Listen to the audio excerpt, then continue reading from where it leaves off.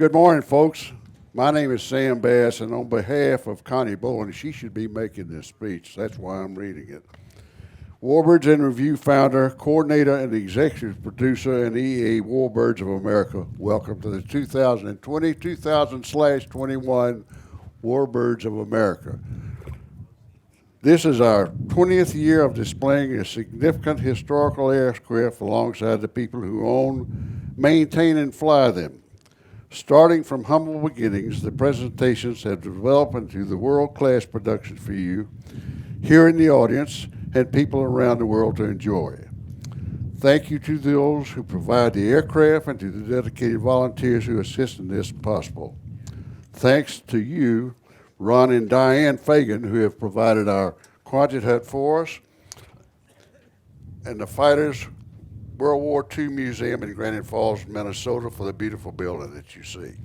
That makes the level of production possible. A special thank you to Jim Hagedorn and the Scott's Miracle-Gro company for their long-lasting and continued support. This is all theirs here. Our mission is to recognize and honor the veterans who served their country. As we entertain and educate, we continue to record history, heritage, and heroes in our own words.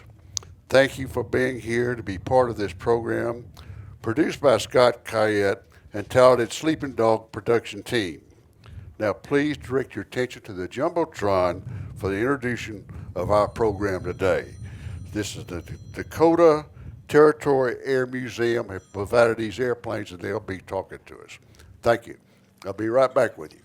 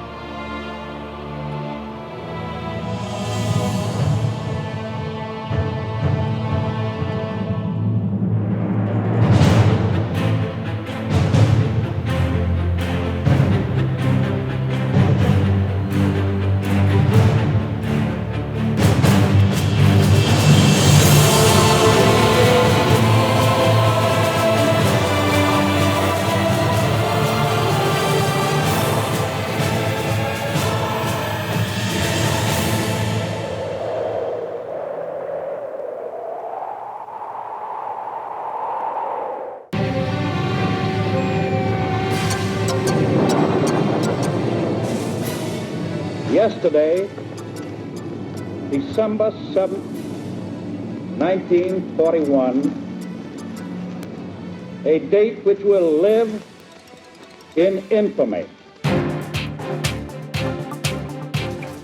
Japan attacked Pearl Harbor on December 7th, 1941, pulling the United States openly into World War II.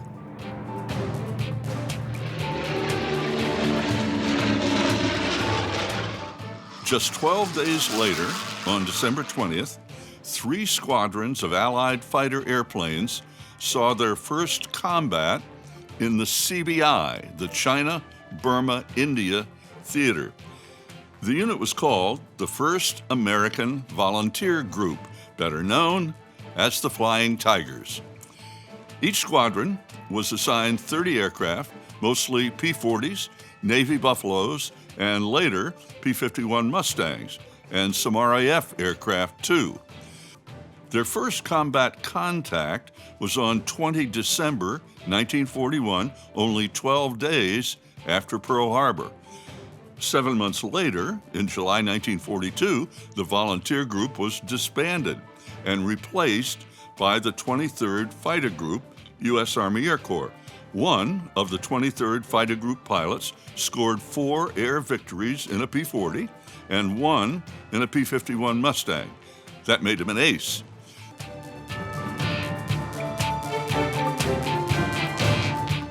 The Dakota Territory Air Museum's newly restored P-51D Mustang, Miss Kitty, is a tribute to the original P-51K flown by Lieutenant Colonel John David Rosie Rosenbaum.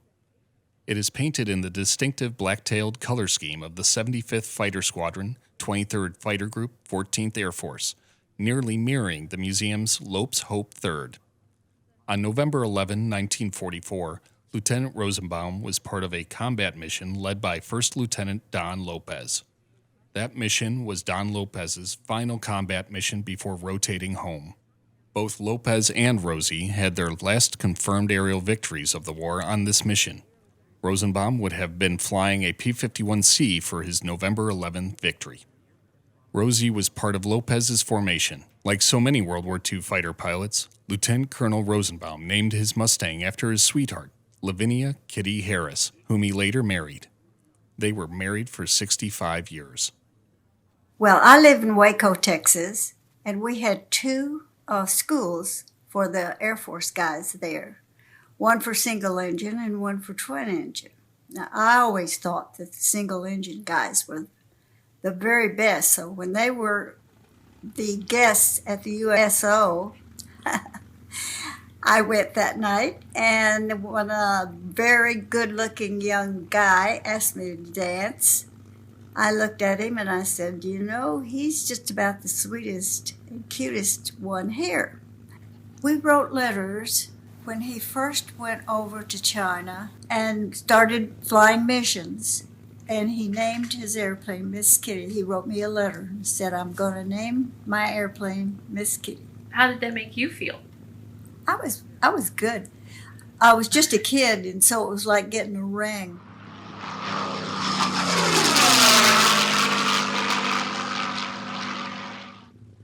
Good morning, folks, again.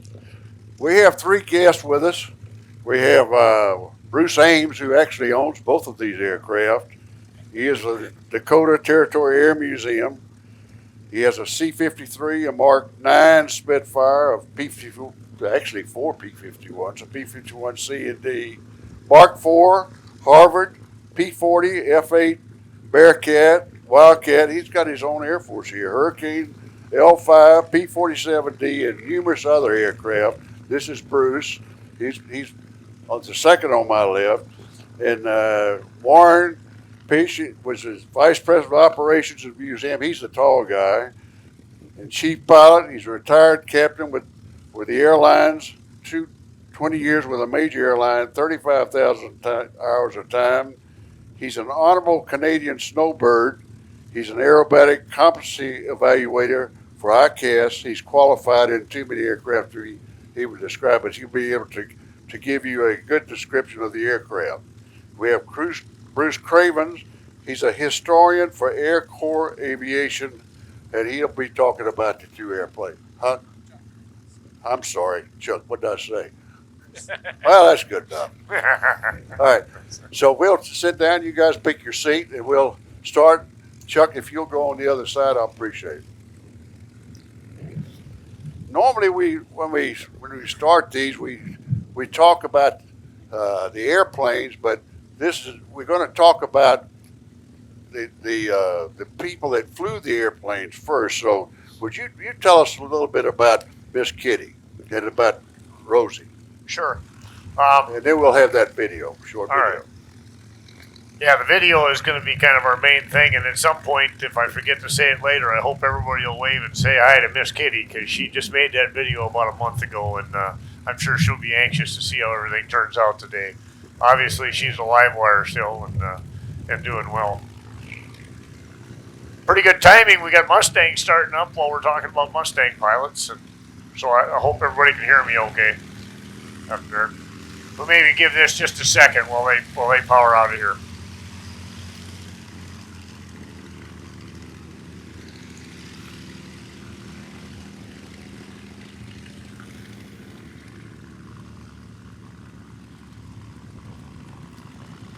One more to go.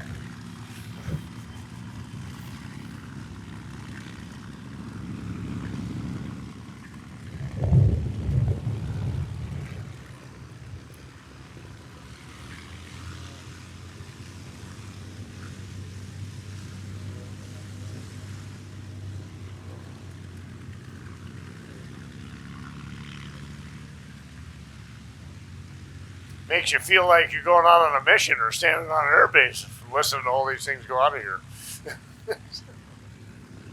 Yeah, the sound of peace. What's that? Sound of peace. Yeah, exactly.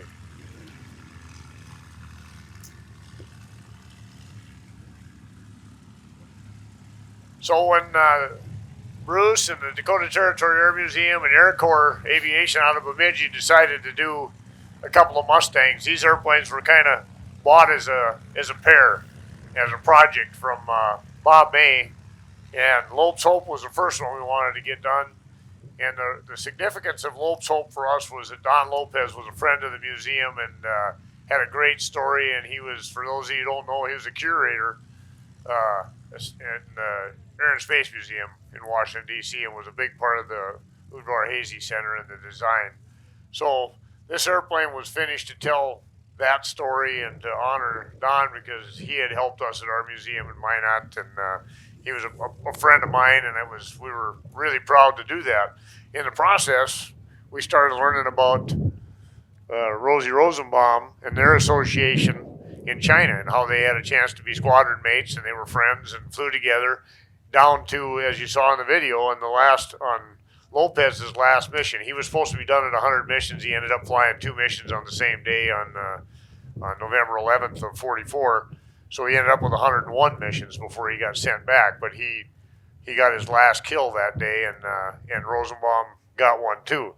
So the paint job is always, you're building an airplane and you got a lot of time and money and a lot of your soul in it. You're trying to figure out how to make it look absolutely the best you can, but you don't want to be like everybody else. And there's a lot of beautiful paint jobs, very significant paint jobs. We started looking at this blacktail Mustang, and it got bannered around a little bit. And I think Casey Odegaard was the first one that sent Bruce a picture or something. I don't remember for sure, but boy, the more we looked at it, we thought, this is cool. And it's not being done. Nobody's doing the CBI other than the Flying Tiger and the Shark Teeth and everything. And when this airplane was first finished and we flew it and looked at it, we went, wow, that's just absolutely stunning to me, anyway, it was. And so this airplane, obviously, because of what we've been looking at throughout the whole history of the rebuild of the 2 airplanes, we decided to do the same thing with this. And I personally am really happy and excited with the pair of airplanes. When you see them together flying, when you see them on the ground like this, they're awesome. And they tell a great story.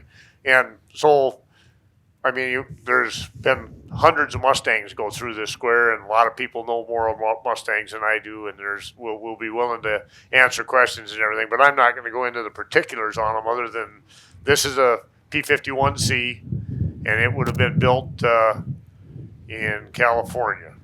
No, Dallas. Okay, and the B model is the same airplane built in California, right? Englewood.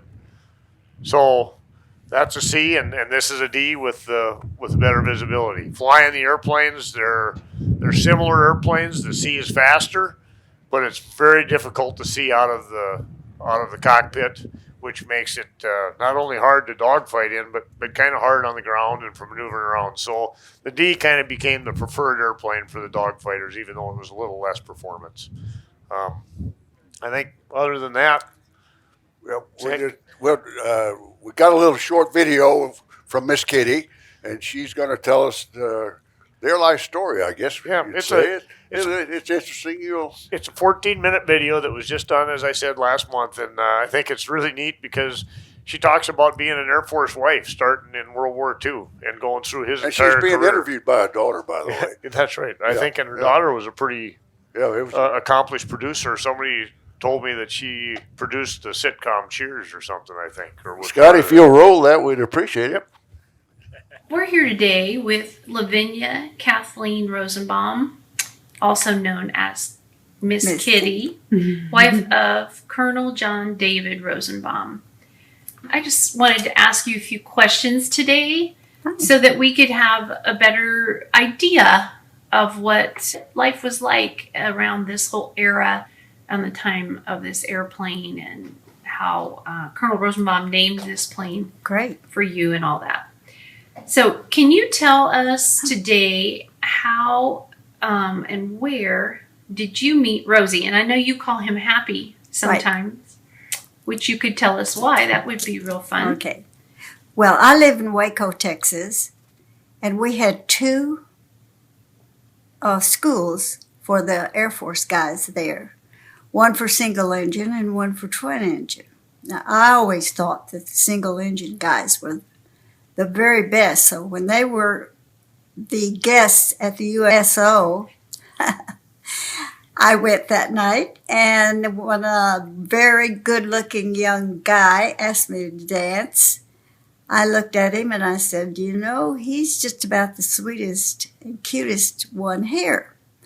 So I gave him my address when we left, and he wrote me.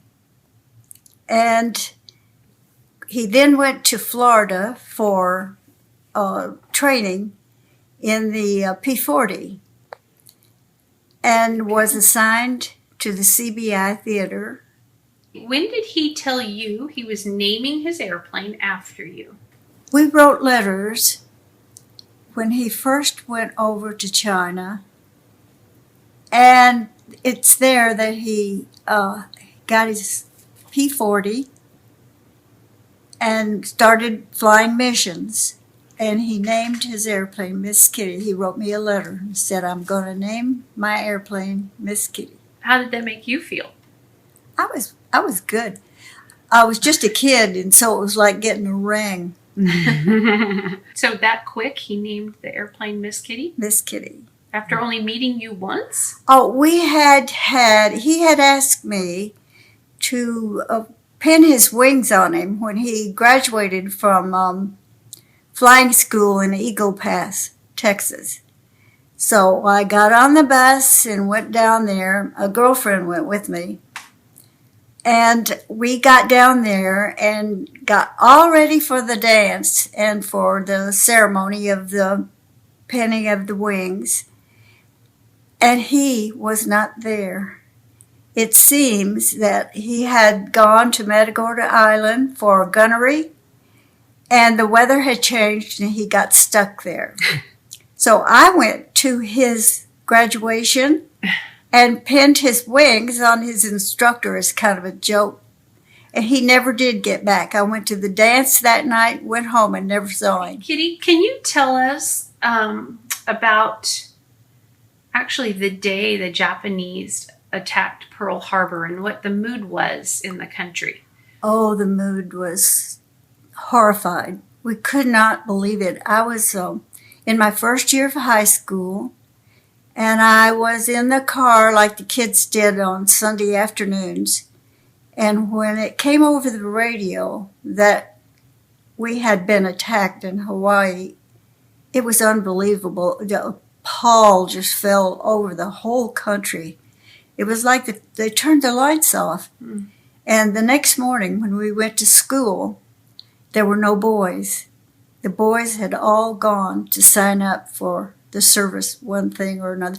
The funny thing was so many of them signed up for the Navy, and this was in West Texas, Abilene, Texas, where they had never even seen a pond of water. So you met Dad at a USO dance. How did he feel about volunteering? Oh, he went through a lot to volunteer because they had a test that they gave the boys senior in high school. It was very difficult. A lot of math was in it, and he took that test to get into the Air Force because he always wanted to fly. That was his wish, would be a pilot in the Air Force. And he passed that test and then was sent to primary. Kitty, can you describe the life of an Air Force wife? What you enjoyed about it? Maybe what was difficult? This is the way my life began as an Air Force wife. I was only 19 years old, and we went to Randolph Air Force Base where they were having the RIF. And every day, the fellows would go in and look at the blackboard And if their name was on it, they were out of the service. It was at that time that Rosie made regular. But the thing about the women was, here we were all new little brides, always, all of us teenagers, really. And we were called to a meeting by the colonel who was there at Randolph Air Force Base. We all went, all dressed up like you used to do in the service. And he said to us, now, I want you to understand that you are now one of a team. And you'll be doing a very, very important job with your husband. Your job is to see that he gets to work every morning early, having had a good breakfast, eggs and bacon and toast, and go there with nothing on his mind. You don't give him any problems before he comes to work. His work is very special and dangerous. And so it scared us all to death. We didn't bring up anything in the mornings that would upset them at all. So we kept everything to ourselves and did everything to keep it easy for him. So in a sense, it gave me a job to do. And I took it very seriously, being only 19 years old. And I was very, very proud of what my husband was doing and what we were doing. And I loved the camaraderie of the men. I liked all the young wives. And we all started having our babies at the baby boom began with us. And I liked moving. I liked meeting new people. I liked the importance of what he was doing. And I liked the life. I liked being an Air Force wife. Okay, Kitty, what did you like the most about Rosie? I liked his sincerity and his love for what he was doing. When Rosie flew with the Flying Tigers, did he have an opportunity to meet Tex Hill? Oh, yes. Tex was there at that time.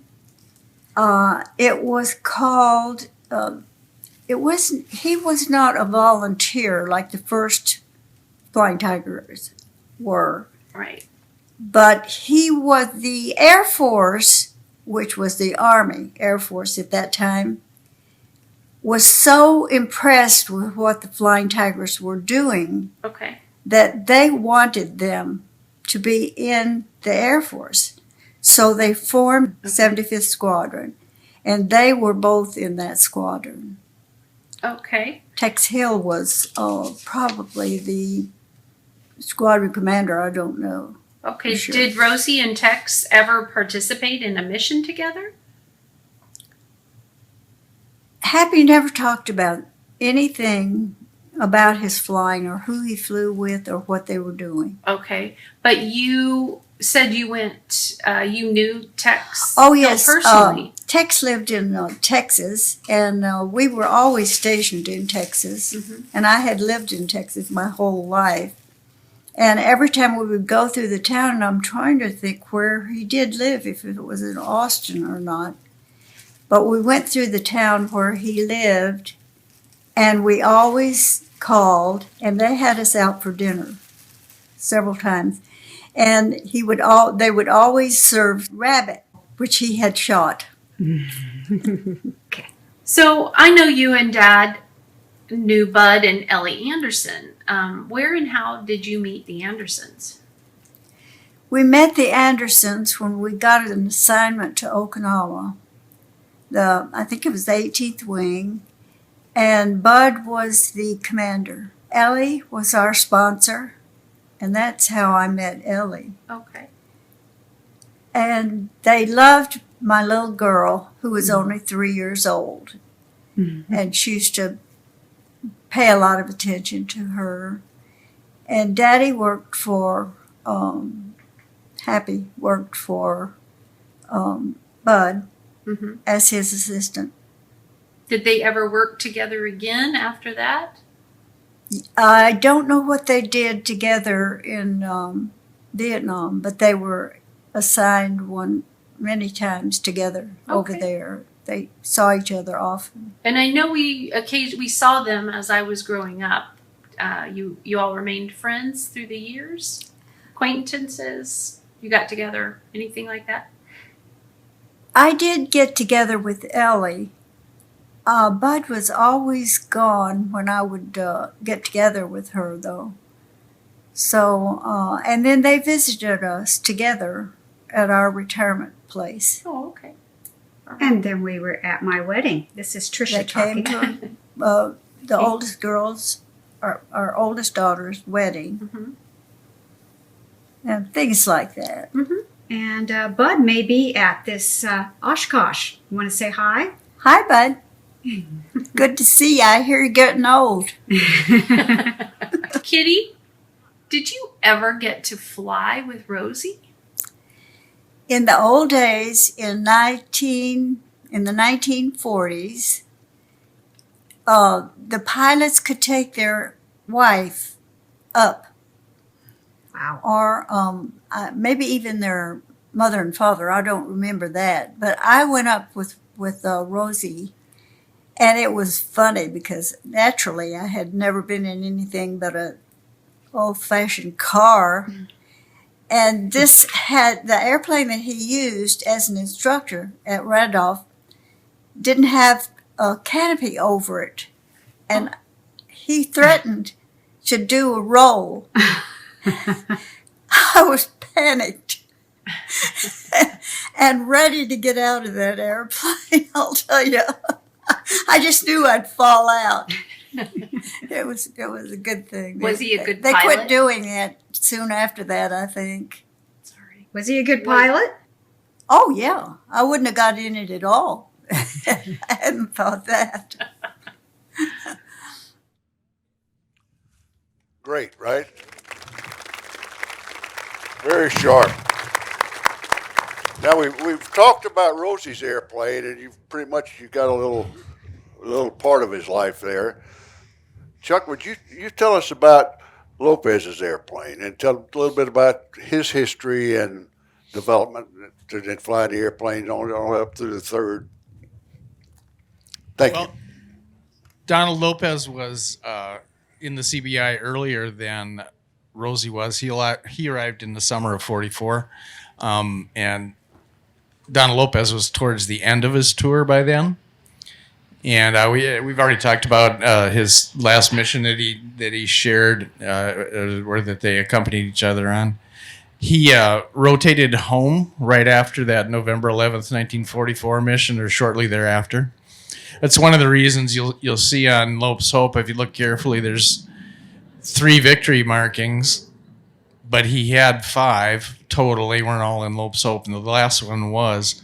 But they gave the airplane to the next guy after he rotated home, and they didn't paint on the new ones. And so in the contemporary pictures that we have, you can see that it has 3 victory markings on it, and that's the way we restored it. He went on to be a test pilot with the early jets. He did some amazing things. He worked on the space program, became deputy director of the Air and Space Museum. And if you've been there, beyond some of the other things we already talked about, like the Pioneers of Flight display and those early displays that show the Wright brothers plane and stuff, that's all his creation. So, and of anybody I've ever researched, nobody has a negative word for Don Lopez. So, but as far as John Rosenbaum, he had a very honorable, very long and honorable Air Force career. Quite frequently, we honor the aces. He wasn't an ace, but the sacrifices of all the men that were there were the same, and it's important that we recognize everybody. And he went on to do stayed in the Air Force or Army Air Force and then Air Force for 31 years. I can go into all the units and stuff, but I don't think I really need to after Lavinia's great video there. I want to correct one thing. It wasn't Lavinia's daughter that was involved with Cheers. It was the videographer who was a family member. And honestly, I wish I knew his name, but I don't. But it was really generous of them to do that interview for us, I thought it was amazing. Anyway, he served in Korea, not in the war, but he served in an F-86 squadron, commanded one to enforce the treaty after the war, like in '54. And in Vietnam, as has already been stated. Another notable part of his career was he was in Vietnam and he was about to rotate out, and he was actually on the airliner to fly home when the Pueblo incident happened. And if you remember that, North Korea captured a U.S. Navy vessel and held the crew hostage. I don't remember the numbers, but it was like 100 people. And he was the only one in Vietnam that they felt had the experience to handle that delicate situation. They actually pulled him right off the airliner and put him in charge of that. So, and 31 years, he did many other remarkable accomplishments. He trained, he was a flight instructor and trained quite a few people from different countries. And he became familiar with the F-104 fairly early in his career. And so he would go to other countries quite often and train them and check them out in the F-104, which was definitely a challenging fighter to fly. So. Well, thank you. You pretty much covered his life there, really. We appreciate that. Talking about the P-51, generic P-51, tell us about the development of it. Well, And the reason it was I'm the developed. wrong guy to talk about history in front of a whole group. Well, you did a people great that job don't 2 days ago. You know, I think most of you know the urgency of the P-51 design and stuff, and I think I'll probably botch something here when I start talking about it. But as I understand it, the British government came to North American and wanted North American to build P-40s for them, basically. Nod your head or shake your head. Come on, Eric, help me out here.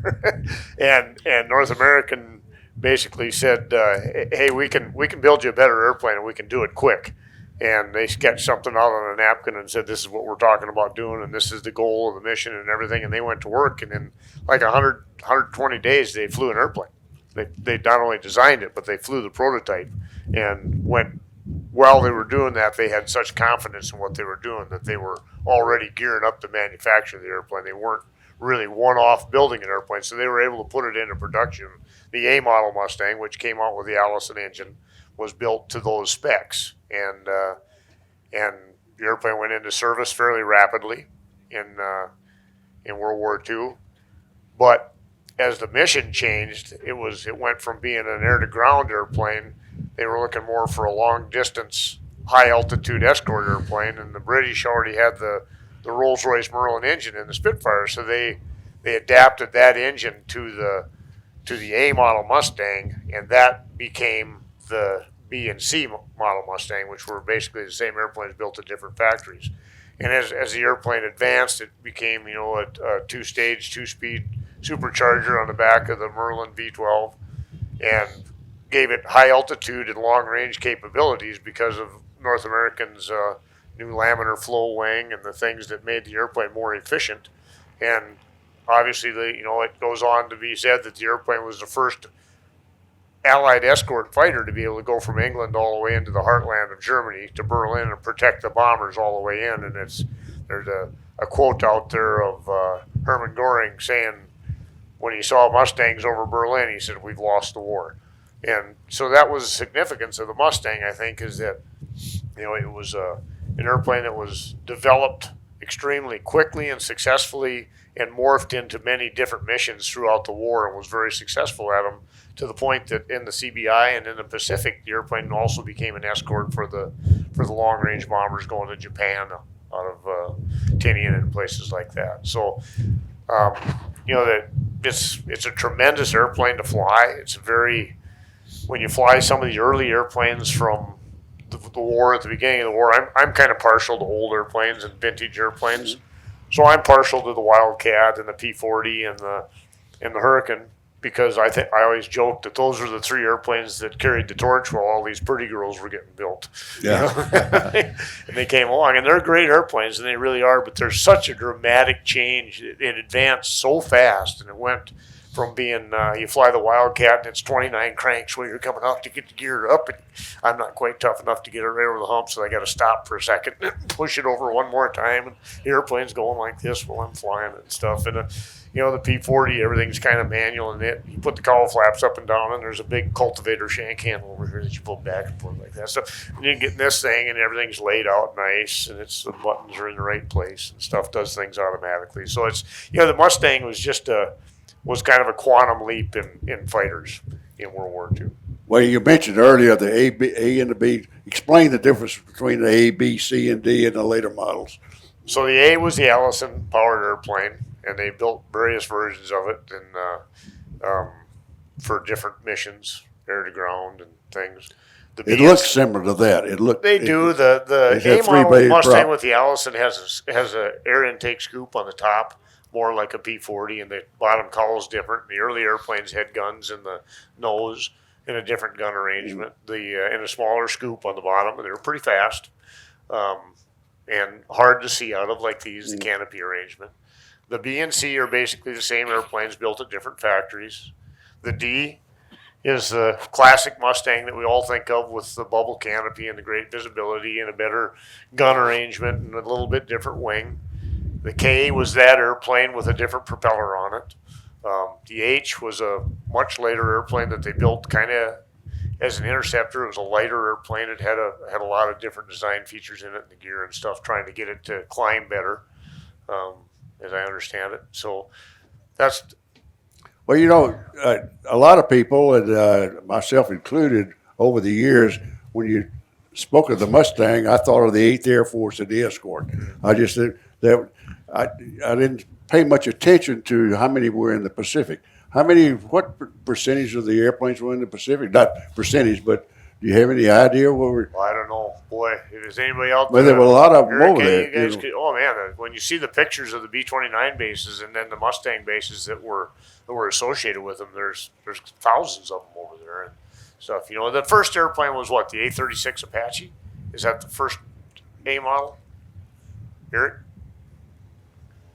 Yeah, I don't know. They had the different versions in there, but by the time they got through all of the British versions, I'd say, and got into this thing, then they started putting, at the end of the war, they started putting Mustangs over there because of the long range requirements that they needed for escorting the B-29s. Well, it was also used from air to ground some toward the end of the war. Absolutely, yeah. Yeah. I think everything was. Yeah, okay. Yeah. You just went out and shot up stuff. That's right. Because as they ran out of airplanes, as they ran out of enemy airplanes to shoot, both in Europe and Japan, they transferred the deal over to be ground support airplanes for the troops. Yeah, I can remember. I'm a retired airline guy, and I was over in Frankfurt one time, and I was talking to a guy, a German guy, and we asked him, and he said, I said, well, did you suffer much during the war? He was old enough then. He says, no, there was some idiot that just kept coming over. We had a barge out there, and he said this P-47, and he said he just kept hitting that barge, and he said never did anything. He just destroyed the barge. Come to find out, it was one of our pilots that had done that when he was in the war. Okay. So I think they talking to some of the guys toward the end of the war. It was just find the target. Yeah, just get rid of the ammo.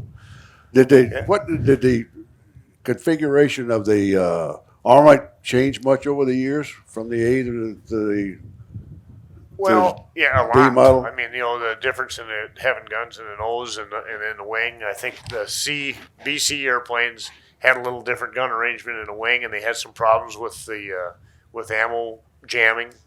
When they were putting them under G and stuff, which led to a redesign in the wing of this airplane, and having the 350s in here and staggering the guns and putting them vertical in there so they fed the ammo better, I believe, and stuff. And I mean, that's really getting into technical stuff that I'm probably not that good at. I'd love to bring one of these guys down here to talk about that instead of me. But Chuck, you got anything to add? Well, really, the Mustang Apache was actually a proposed North American name before the Brits got the Mustang, and they named it Mustang. So even the dive bomber, the A-36, is correctly Mustang. I know a guy that got the Air Force Museum to correct that. no, And I mean, it's just detail, but the Allison Mustangs, people often say they, weren't a good airplane or whatever, but the British used them all the way through 1945 and loved them, but they used them below 15,000 feet where they were, strong. I mean, they ran out of gas at 15,000 because of the single stage blower, and that's the whole switch to the Merlin. But their airplanes who used for a different purpose were both great airplanes. And they use a lot of Allison Mustangs in China as well. And other than that, everybody knows the histories of the D's and C's pretty well. Yeah. The other one thing is the original Miss Kitty was a K, so the prop would be different. This is a D model, but I mean that's virtually the only difference other than being made in a different factory. We've got time for some questions. Anybody got some questions? There's one over here, one here. Yes, sir, go ahead. Could you talk about the difference between the propellers on Hold the mic up close to your mouth. Could you talk about the difference between the propellers on the two Mustangs that are here? One of them is cuffed and one of them is not. well, yeah, that's a cuff blade prop, they call it. This is a paddle blade. This is a later addition. The cuff was more original to the airplanes, and as Chuck told you, this would have had an Aero Products, the K would have had, the original Miss Kitty 3 would have had an Aero Products K propeller on it. We've got a paddle blade on here. One of the things that's expensive on a Mustang is propellers. I mean, it's a big purchase item and stuff. So the cuff blade propellers are a premium propeller, and this more replicated what that airplane would have had originally. So there's not a huge difference in performance, but I think the paddle blade's a better performing prop. Yes, sir. What was the major difference between Hold it up close to your mouth. What was the major difference between the Dash 7 and the Dash 3 Merlins? Ooh. Bernie. Help. I'm not even going to venture in there. I mean, That's there's scary. Yeah. Yes, sir. Was there a P-51B? B, Bravo. Yeah. Yes, it was the same as this airplane. It was just built in a separate factory. I see. Yep. And back to the Eric, do you want to try to answer that?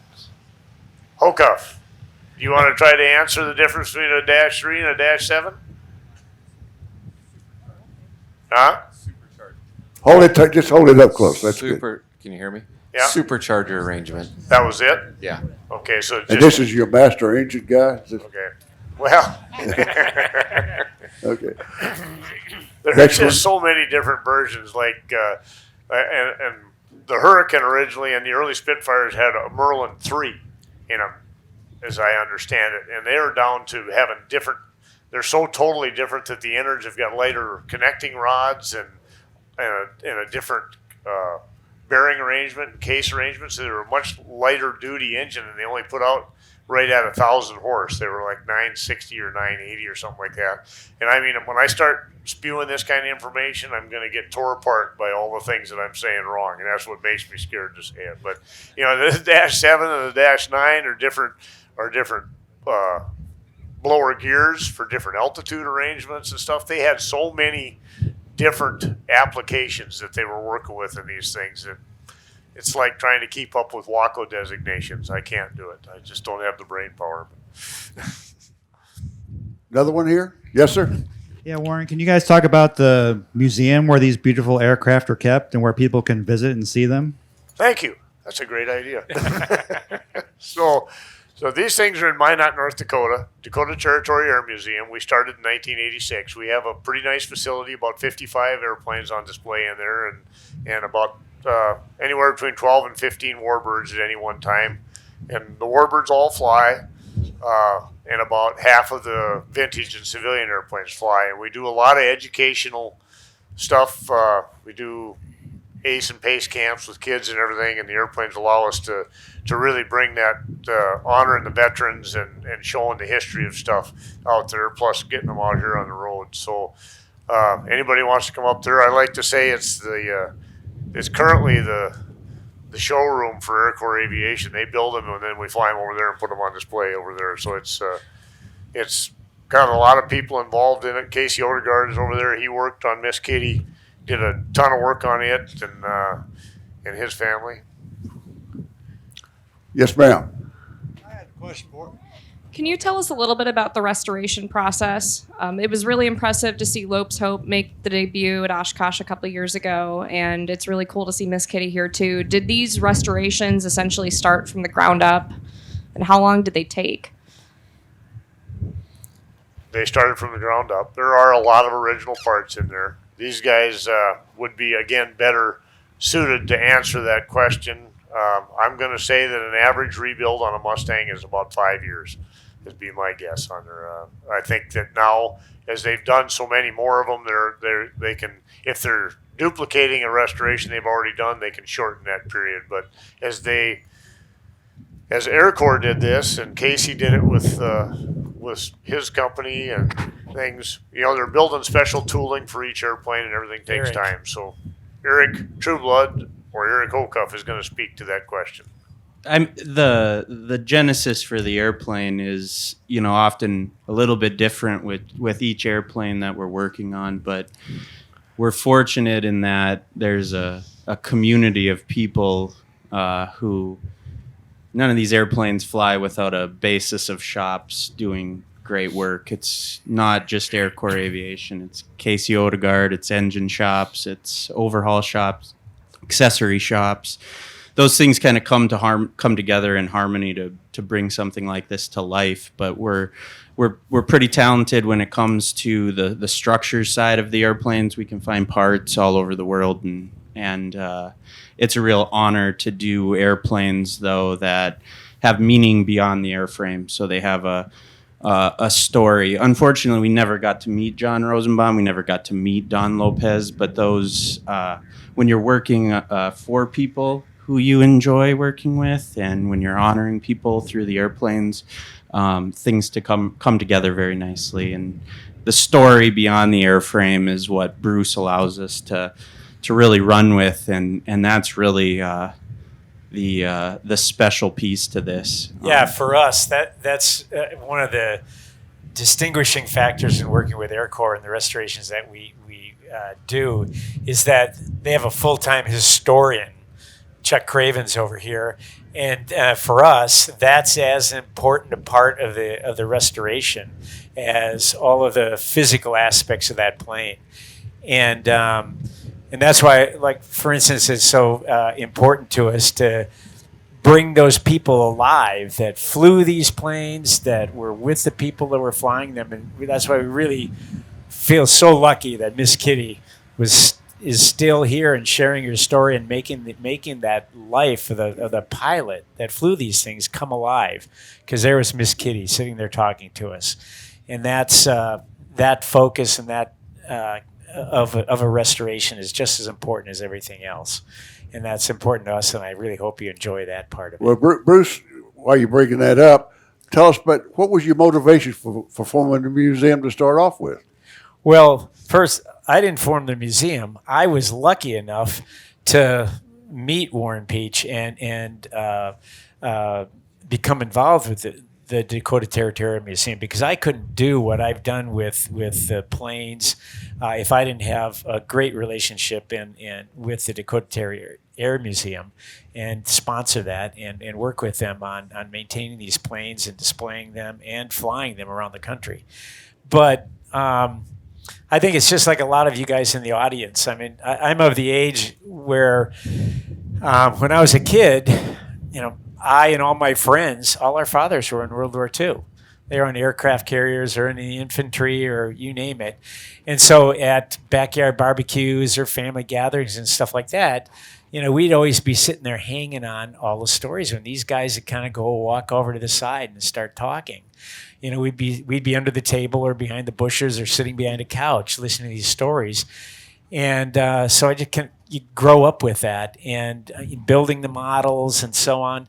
And it wasn't until later in life that after going to the air shows and going to all the autograph tents and for years and years and years, that I became successful enough in my business that I realized I could actually get involved and support and continue this tradition and keeping this alive.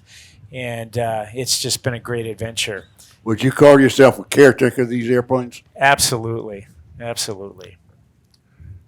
One more question over here, sir. Yes, I have a couple of questions. Hold it up tight. Hold it up close to your mouth. I had a couple of questions. One was, how long does the ammo last normally in combat, in seconds or minutes? Or, and also, with the bubble canopy, is it not true that they lost some airspeed going to the bubble canopy?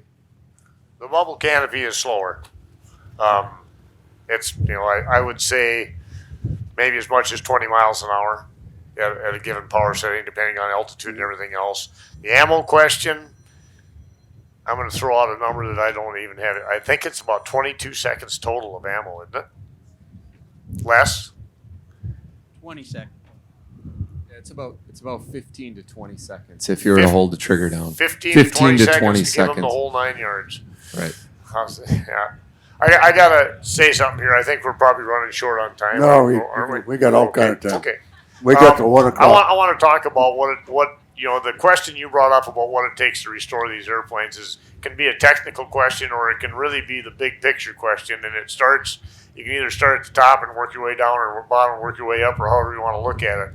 But there are so many people with so much passion involved in what goes into these airplanes, you can't imagine. There's guys standing over here, the pilots that fly them, Casey and Doug and Sam and Bernie, and that help maintain the airplanes. That when we're done with them, they clean them and stuff. It's not a job to them. It's something that's so important to them. The guys that are building them have the same attitude that Bruce just expressed about how important it is to be able to be involved in the airplanes, and how we feel that we're going to go away. We hope the airplanes stay to tell the story forever. We want this stuff to go on, and we're so fortunate to be able to have Kitty up here telling that story while we've still got those stories. I was fortunate enough to get into the Warbird stuff long enough ago that like 92 or something like that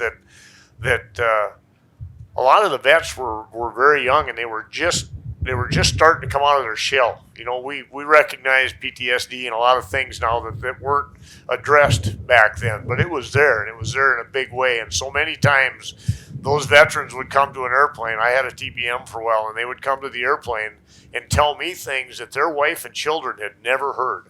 And that goes on today. It continues on. These airplanes continue doing that job, and the people that are supporting them, building them, flying them, and being around them do that. And if we can continue to record that and to bring those stories to the next generations and keep pushing it out there, that's what's so important about it. And it's almost, you can't hardly quantify it in time, money, or effort. It's just a combination of everything to make this happen. And the stands, you see me looking at these guys for information.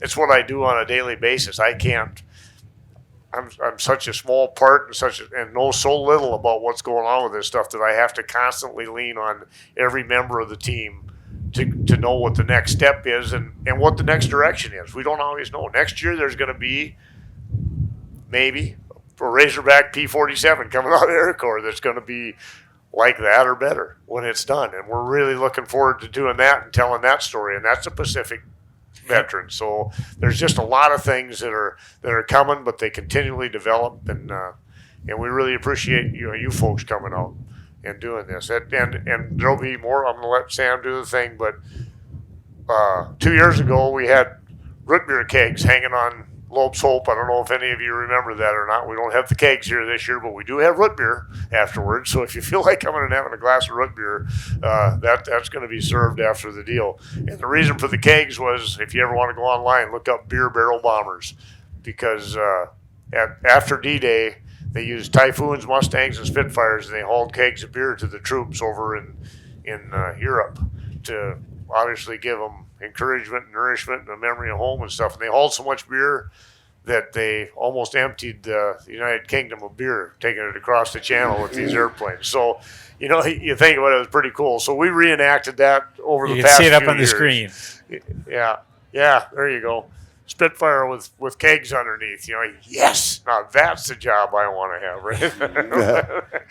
Anyway, so we've had a couple of events where we've actually served beer or root beer, whichever one, depending on the event, off the bottom of the airplane. Today we don't have the kegs because we're having an event at our museum in Minot next week, and I needed the kegs at home for that, so I didn't bring them down. I apologize, but we will get you some root beer. But yeah, I don't know. I just wanted to express that about how many people are involved and how important everybody is to the whole thing. Well, folks, we want to thank Chuck, Warren, and Bruce. Particularly, we like the way you spend your money. Thank you, folks, for coming. And we'd like to thank Warbirds of America for Absolutely. having us here and what they're doing, and just seeing the young people in the stands and stuff. Because, like Warren said, we're not going to be here, but we want these planes to continue, and we want that next generation to come up and carry this on. Absolutely. So You're teaching history you. that the schools don't teach anymore. Absolutely. Yeah. So Thank you, thank you to folks. Warbirds of America.